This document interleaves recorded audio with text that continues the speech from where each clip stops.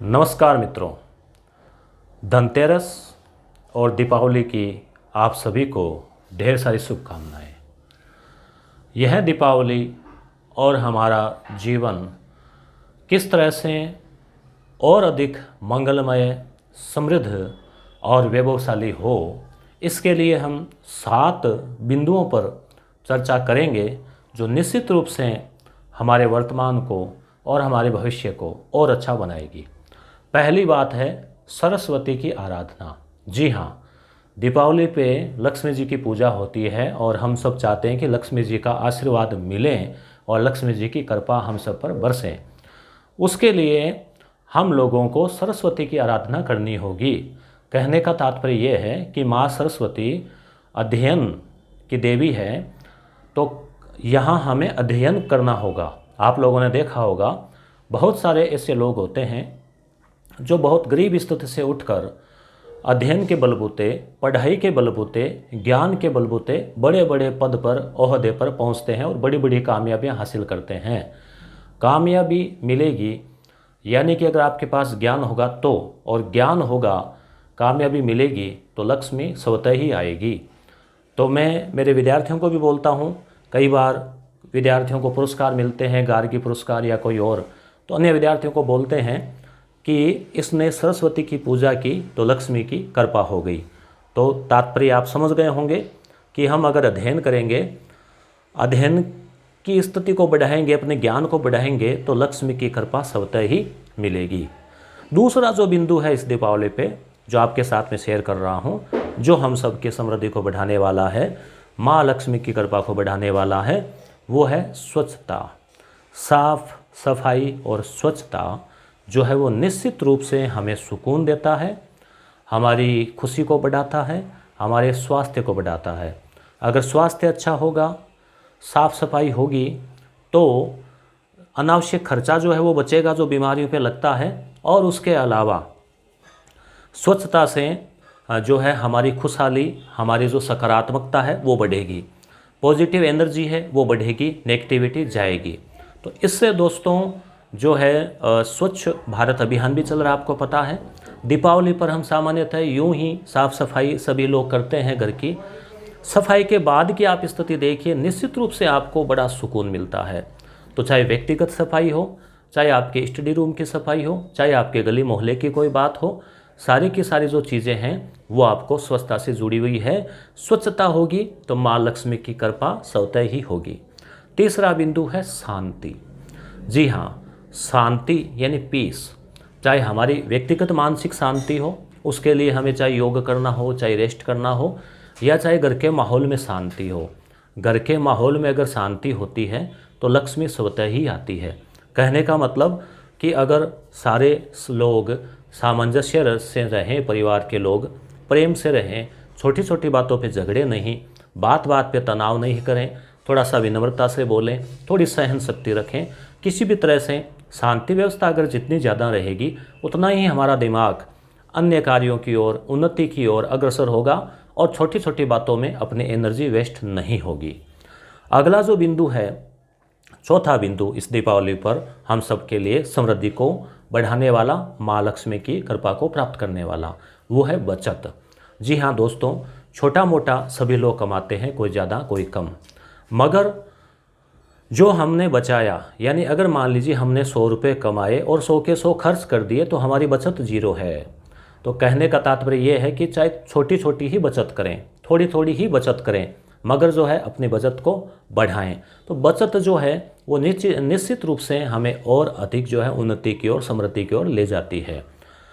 अगला जो बिंदु है, 5 नंबर बिंदु, वो है चुकाने की आदत। जी हाँ, चाहे किसी से ऋण लिया हो या चाहे किसी से किसी प्रकार का कोई हमारी कृतज्ञता, कोई किसी ने हमारा भला किया है तो हमारी कोशिश रहे हम भी उसका भले का बदला भले से चुकाएं, बुरा किया है तो उसका बदला बुराई से नहीं चुकाएं।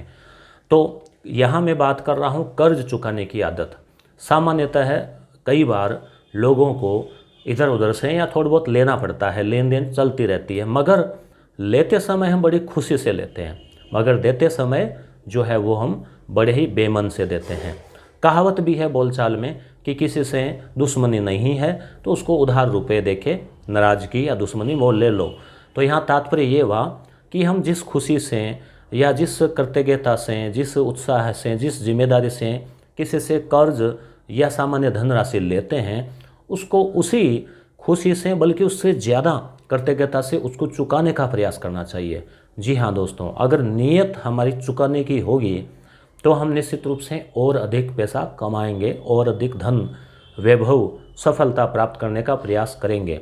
इसलिए नीयत के अंदर यानी हमारी सोच जो है, हमारी मानसिकता जो है वो हमारी पॉजिटिव और ये होनी चाहिए कि हम जो है समय लग सकता है मगर किसी से भी कर्ज लिया है, किसी से भी किसी प्रकार का भला हुआ है तो हम उसका जो है वापस करने का प्रयास करना चाहिए। इससे क्या होता है, इससे संबंध बरकरार रखते हैं, आपकी सामाजिक छवि और जो प्रतिष्ठा, जो क्रेडिट, जो साख आपकी बनती है वो आपको कई बार बहुत बड़ा फ़ायदा देती है आपके व्यवहार की वजह से।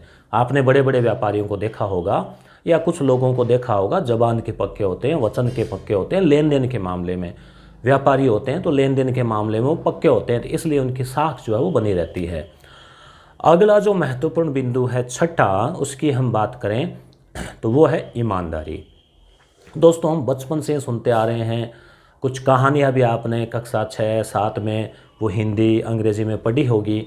एक ईमानदार जिसके पास कुल्हाड़ी थी सोने की, चांदी की, उसको मिली, या कई बार हम और भी देखते हैं। तो ईमानदारी पर बहुत छोटे छोटे उदाहरण बचपन में मिलते थे पाठों में। इसको अगर हम रियल लाइफ में फॉलो करें और अगर हम लक्ष्मी की कृपा यानी हम इकोनॉमिक, आर्थिक दृष्टि से देखें दोस्तों, तो आप चाहे व्यक्तिगत काम कर रहे हो, चाहे आप किसी के यहाँ नौकरी कर रहे हो, चाहे आप सरकारी सेवा में हो, चाहे आप पार्टनरशिप में कोई काम कर रहे हो, अगर आपके पास ईमानदारी है तो आपकी साख रहेगी शानदार और आपका जो बिजनेस है, धंधा है, वो दिनों दिन आगे बढ़ेगा। ईमानदारी से ईमानदार व्यक्तियों की बहुत ज़रूरत है, मिलते कम है, ज़रूरत बहुत ज़्यादा है। इसलिए बहुत बड़ी वैकेंसी ईमानदारी के क्षेत्र में हमेशा आई हुई रहती है। ईमानदार रहेंगे, आपकी डिमांड हर जगह रहेगी। बहुत बड़ा सूत्र है, रुपए के मामले में जो व्यक्ति 1 रुपये का गबन कर सकता है वो मौका मिलने पर 1 करोड़ का भी कर सकता है। इसलिए सिद्धांत जो है वो रखें, ईमानदारी का उसूल। अगली बात जो है वो है चाहत। जी हाँ, किसी भी काम के लिए इच्छा होनी ज़रूरी है। जहाँ चाह है वहाँ राह है। इसलिए हमारे अंदर अगर चाहत है कि हम कुछ करें, हम कुछ काम करें, जैसे बहुत बार बेरोज़गारी के चक्कर में बैठे रहते हैं कि एक साथ ही बड़ा काम करेंगे, उसके बजाय मेरा ये कहना है कि हमें चाहत रखनी चाहिए कि हम जो है इनकम, आय, बहुत सारे खर्चे होते हैं दोस्तों, आपको पता है, तो हम कुछ ना कुछ ऐसा काम करें जिससे कि इनकम जुड़े। पार्ट टाइम कर सकते हैं, थोड़ा कर सकते हैं, कम कर सकते हैं, मगर हमारे अंदर एक चाहत होनी चाहिए, इच्छा होनी चाहिए। कहा भी गया है ना, जहाँ चाह है वहाँ राह है।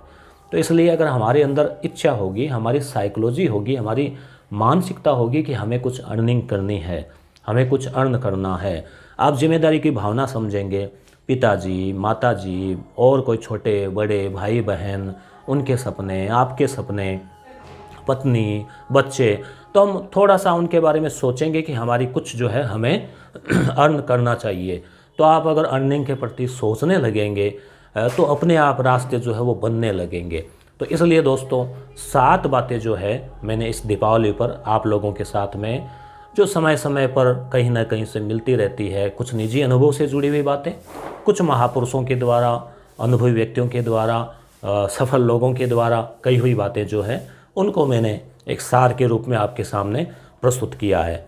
अब ये बातें सिद्धांत है, ये नैतिक मूल्य है, वो चाहे मैं हूँ या आप हो या कोई और हो, हम अगर इनको फॉलो करेंगे तो निश्चित रूप से हम और अधिक कामयाबी की ओर, सफलता की ओर, समृद्धि की ओर, वैभव की ओर बढ़ेंगे। दीपावली पर माँ लक्ष्मी की सही कृपा, सही अर्थों में अगर हम अपने जीवन में, अपने चरित्र में कुछ अच्छी बातों को उतारेंगे, उनको फॉलो करेंगे, उन सिद्धांतों पर चलेंगे, तो निश्चित रूप से जो है माँ लक्ष्मी की कृपा हमारे पर होगी। धन्यवाद। दीपावली के राम राम। वीडियो अच्छा लगा तो इसको लाइक करना, अपने दोस्तों में शेयर करना और एक बार आप इन चीज़ों पर ज़रूर मनन करना। निश्चित रूप से ये बातें जो है हम सब के लिए बहुत उपयोगी साबित होगी।